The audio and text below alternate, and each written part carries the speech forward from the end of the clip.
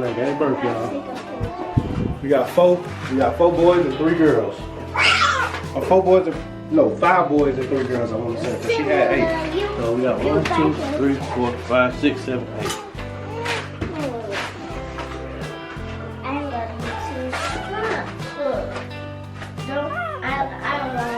This is the boy right here. This is the boy. 1 boy. This is a girl. So 1 and 1. 1 boy, 1 girl.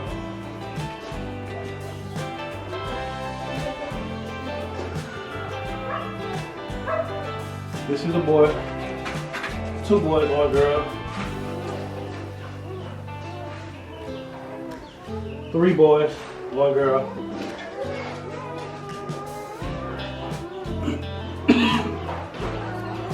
4 boys, 1 girl. 5 boys, 1 girl. 2 girls. 3 girls. So I got 5 boys, 3 girls.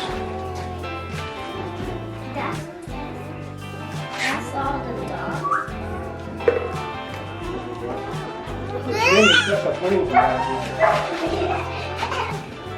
She's up and okay. I had a feeling it was gonna be last night too. Come on, she's not messing with you. Drama queen. Goodbye, Luna. Hey, get over here, Luna. So are you really scared or? She's not messing with you. She's not. She's.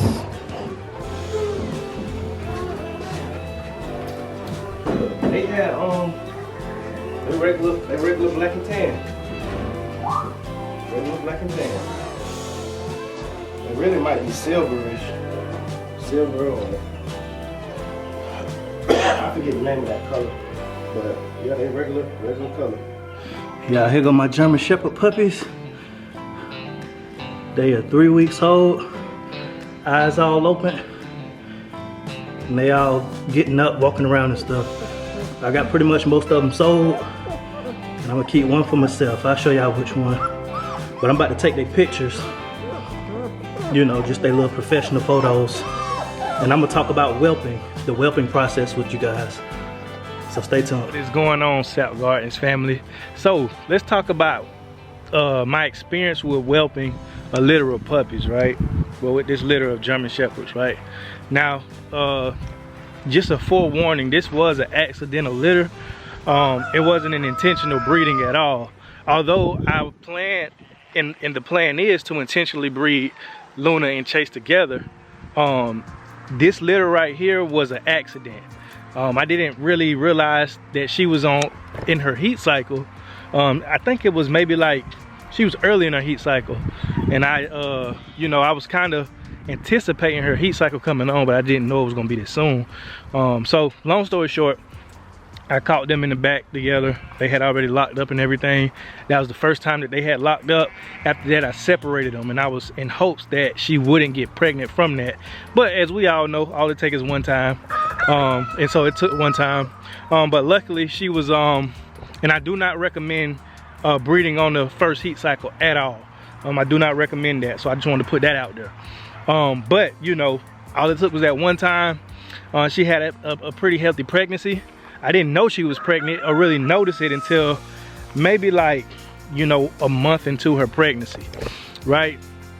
And so anyways, you know, she had a healthy pregnancy. She delivered 8 pups and all of those pups were healthy. I have 1 run out of the litter. He's smaller than he's about half the size of everybody else. They're about 3.5 weeks now, almost 4 weeks. And in another month, they'll be able to go to their families. I got most of them sold. I got maybe like 1 or 2 left. I'm thinking about keeping 1 for myself. You know, 1 keeper because I love their coat, their color.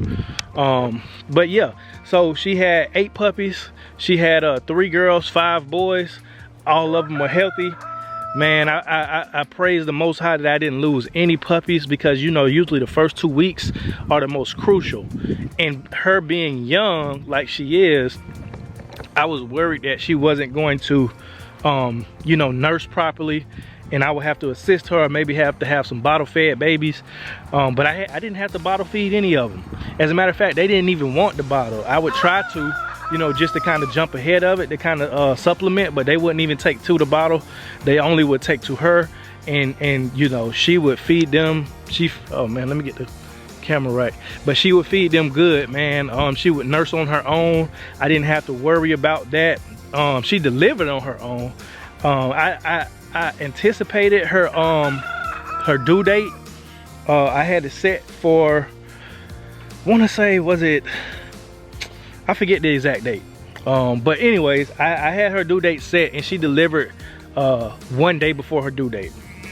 She delivered all by herself.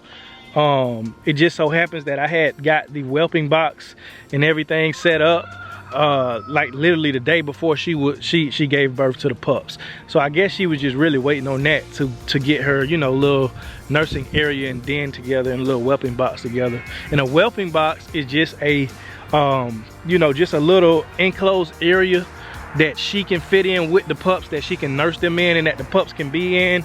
That, you know, is just a comfortable place for them, that you can put a heat lamp on, you know, to keep them warm when it, you know, gets cold and everything like that. Because between 1 and 2 weeks, or from newborn to 2 weeks, they can't really regulate their body temperature like that. So they need the warmth of their mother, and then, you know, a heat lamp as well, if you could provide that. So, you know, she gave birth a day before, and she gave birth by herself. There was no assistance. I wasn't even there when she gave birth. I woke up in the morning, I went to go check on her, and I heard some puppies, and I said, oh man. And you know, as y'all saw the video, so that's when I noticed that she had given birth to all the puppies and everything like that. And so, like I said, for like the first really 3-4 days, I was getting up maybe like every 3 hours just to go check on them, to make sure she's nursing, to pretty much help her if she needed help, you know, if she was nursing and everything like that. But like I said, she prefers to nurse alone. She doesn't want me in there. I was really the only one that can come in there and really handle the puppies. And one thing I do every day is handle the puppies. I harass them, you know, I pick them up, I rub on them, you know, just to get them used to human contact and human touch. I look them in their eyes, I make them look me in my eyes, you know what I mean? Just to get them used to that human aspect, because they have to go to their homes and they're gonna be around humans more than other dogs. So, you know, you want them used to humans. And it's already in their genetics from their mother and father. Both are great dogs with great temperaments. You know, all y'all know Chase. Chase is a great dog with a great protective instinct, but he's also very docile. At the same time, he's very friendly. Luna, she's not as friendly, but you know, with her family, as far as with me, my kids and everything like that, she's good around us. You know what I mean? And she's protective as well.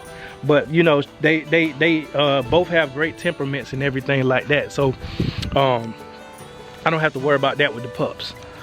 So I pick them up every day, you know, since they were born. I make sure I pick them up, harass them, different things like that, just to get them that stimulation and everything. And you know, right now they are so what I've been doing, and really I just started this maybe like yesterday, is like, you know, putting like some little chicken livers out, and then they'll go and they'll, you know, be gnawing on them and stuff like that, because their teeth are just starting to come in.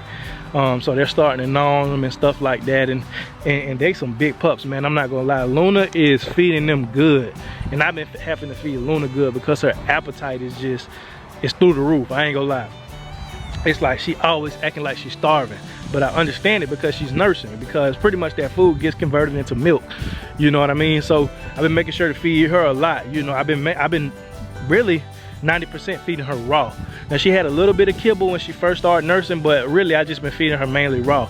So that means chicken thighs, that means pork hooves, pork neck bones, what else?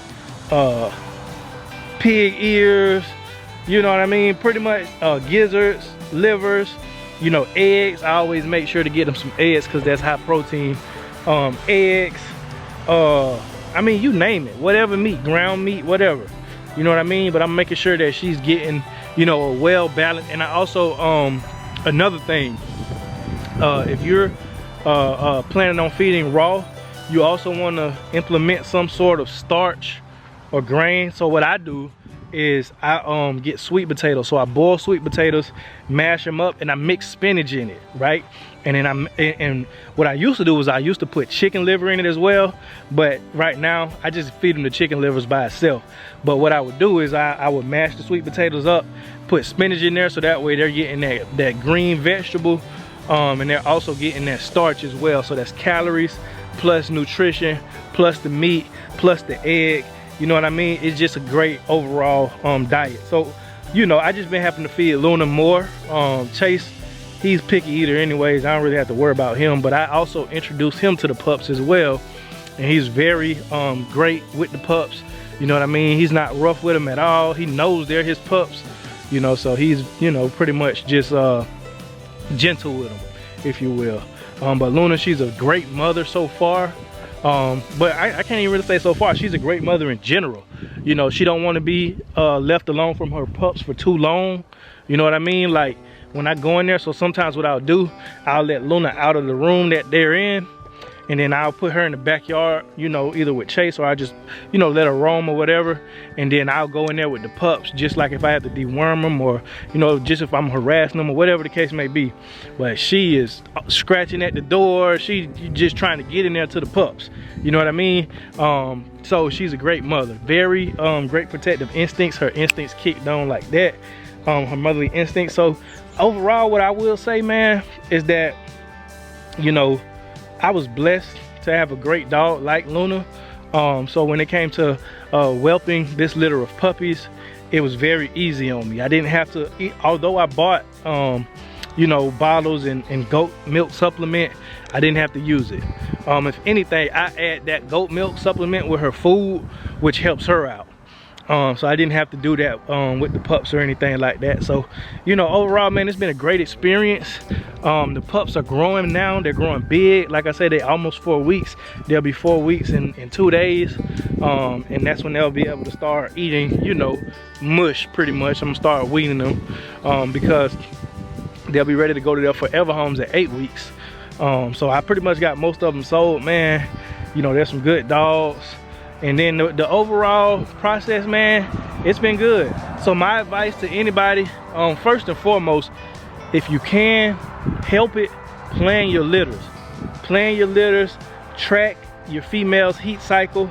Also, if you do, you know what I mean, if you are breeding, make sure you're breeding responsibly, because you got a lot of people out here that, you know, they very, you know, get very butthurt about, you know, people breeding dogs, and, you know, they like to label everybody a backyard breeder or whatever the case may be.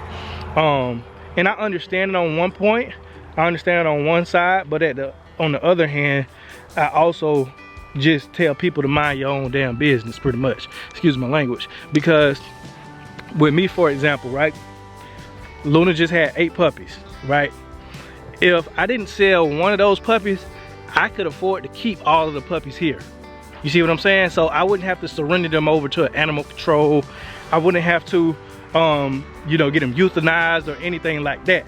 So I could afford, I have the space and I have the resources to be able to keep my puppies, you know, on the land if I don't sell them. And then of course I can get them spayed and neutered and all that type of stuff so they don't reproduce. But you know, if you are a responsible breeder, there's nothing wrong with breeding your dogs, breeding your pets, especially if there's a demand for that specific breed and that specific dog. So I just tell people to mind your business. Now on the other hand, I do discourage irresponsible breeding, you know what I mean, where people are just breeding dogs and they can't take care of them. And so what they do is they release these dogs into the wild, and these dogs go stray, and then they end up on my land. You see what I'm saying? Y'all seen, you know, the video where I had to, you know, put 2 dogs down. I'll use that word. I had to put 2 dogs down because they had attacked my sheep. They were trying to attack me, but they were strays, and it wasn't their fault that they were strays. It was the breeders' fault, so the backyard breeders who bred them. So that's a huge problem in the place that I live. I live out in the country, so you find a lot of stray dogs and stuff like that, and the animal control is always full. So I do understand it.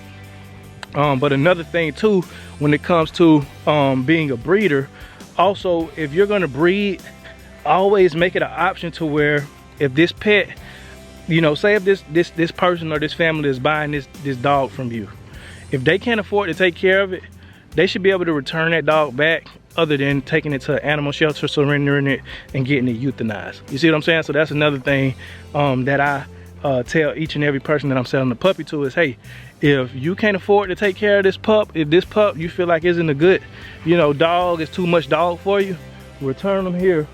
And you know, other than taking them to the animal shelter and different things like that. You know what I mean? So it's just about how you do it. It's about how you do things. But yeah, like I said, man, if you are going to breed, out some tips I would have is separate, if you have the father on hand, separate the mother and the father. You know, get her a whelping box ready, you know, or some sort of comfortable situation to where she can give birth in, to where she can feel comfortable enough to give birth. You know what I mean? You don't just want to, you know, outside on the dirt, in the grass, or whatever the case may be, because you want your pups to be healthy. Buy some milk, goat milk supplement, you know, with some bottles, just in case you do have a mother that rejects her litter, because you can have that as well. But you don't want it, it's not ideal, but you can have a mother that rejects her litter. So you want to be able to have that milk on hand to the point to where you can nurse them. You know what I mean? Nurse the babies.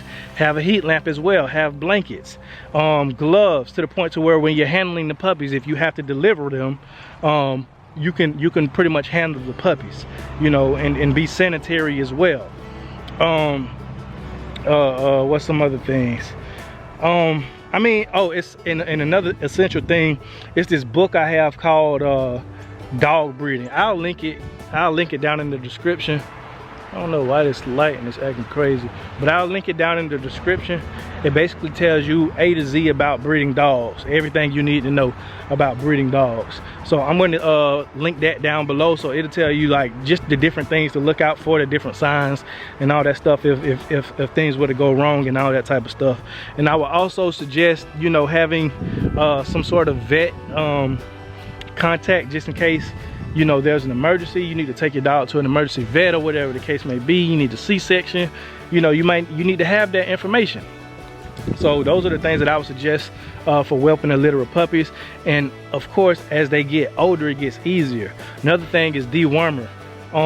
You want to deworm your pets, you can start at 2 weeks, and then you can continue every 2 weeks until they get their first round of shots and they go to their homes. They go to their forever homes. I'll link that dewormer down below, because you want to make sure that your pups are healthy and they don't have, you know, like heavy worms. You want to deworm them at 2 weeks, starting at 2 weeks. So yeah, those are the things I would suggest. Like I said, for me, thank the Most High that it's been a pleasant experience. It hasn't been a bad experience. The pups are all good, you know what I mean? All of them have their own personality. And you know, like I said, I only got one run out of the litter, man. And you know, he's a sweet pup.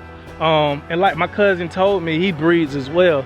He said, you won't know who the true run of the litter is until you get them on food. Until you get them on real solid food. So, you know, they're all gonna grow pretty much, and you're gonna see who kind of smaller and who kind of bigger when you get them on that food, because right now they're only on their mother's milk. So yeah, man, it's been a great experience. You guys have seen Chase from a puppy. You guys have seen you guys have seen Luna from a puppy. So now you're gonna get to see their puppies, you know what I mean? And their puppies are gorgeous, you know. And another thing too, and I'm gonna say this and I'm gonna let y'all go. Chase is all white, right? Chase is an all white German Shepherd. He's registered, by the way. I have his pedigree and everything. Luna is an all black German Shepherd. She is not registered, but she does have DNA testing proving that she is purebred German Shepherd, that is. And even without the DNA testing, you can look at Luna and tell she's a purebred German Shepherd. So Luna's all black, Chase is all white. In their litter, they didn't have any all white or any all black pups at all. They all had sable or black and tan, right? And when I was looking into it, it's crazy how genetics work, because believe it or not, in German Shepherds, white is a dominant trait. It's a dominant genetic trait, right? So, but in order to get an all-white German Shepherd, both parents have to carry that dominant gene or that dominant trait. On the other hand, black is a recessive gene or recessive trait. And to get an all-black puppy, you would have to have that recessive gene in both dogs, mother and father. So being the fact that Chase doesn't have the recessive black and Luna doesn't have the dominant white, they couldn't produce an all black or all white, but their pups can, because their pups carry both. Their pups carry the recessive and the dominant gene, but they just so happen to be black and tan. So that's just the crazy thing of genetics and how genetics work, right? So if you were to breed, you know, let's say they have, you know, another litter, and you breed one from the first litter to one from the second litter, they can have pups that are all black or all white. It's crazy. But yeah, I just wanted to bring that to y'all, man, show y'all, or really just give y'all my experience with the whole whelping process. And then, you know, like I said, I plan on keeping one for myself, so I'll show y'all that process as far as raising them up and all that type of stuff. But yeah, man, like I always like to say, if you get somebody the power to feed you, you give them the power to starve you. Peace. Bombs over Baghdad really ain't that bad. Little wiretap, yes, yes. Little dodge in the IRS. Little hate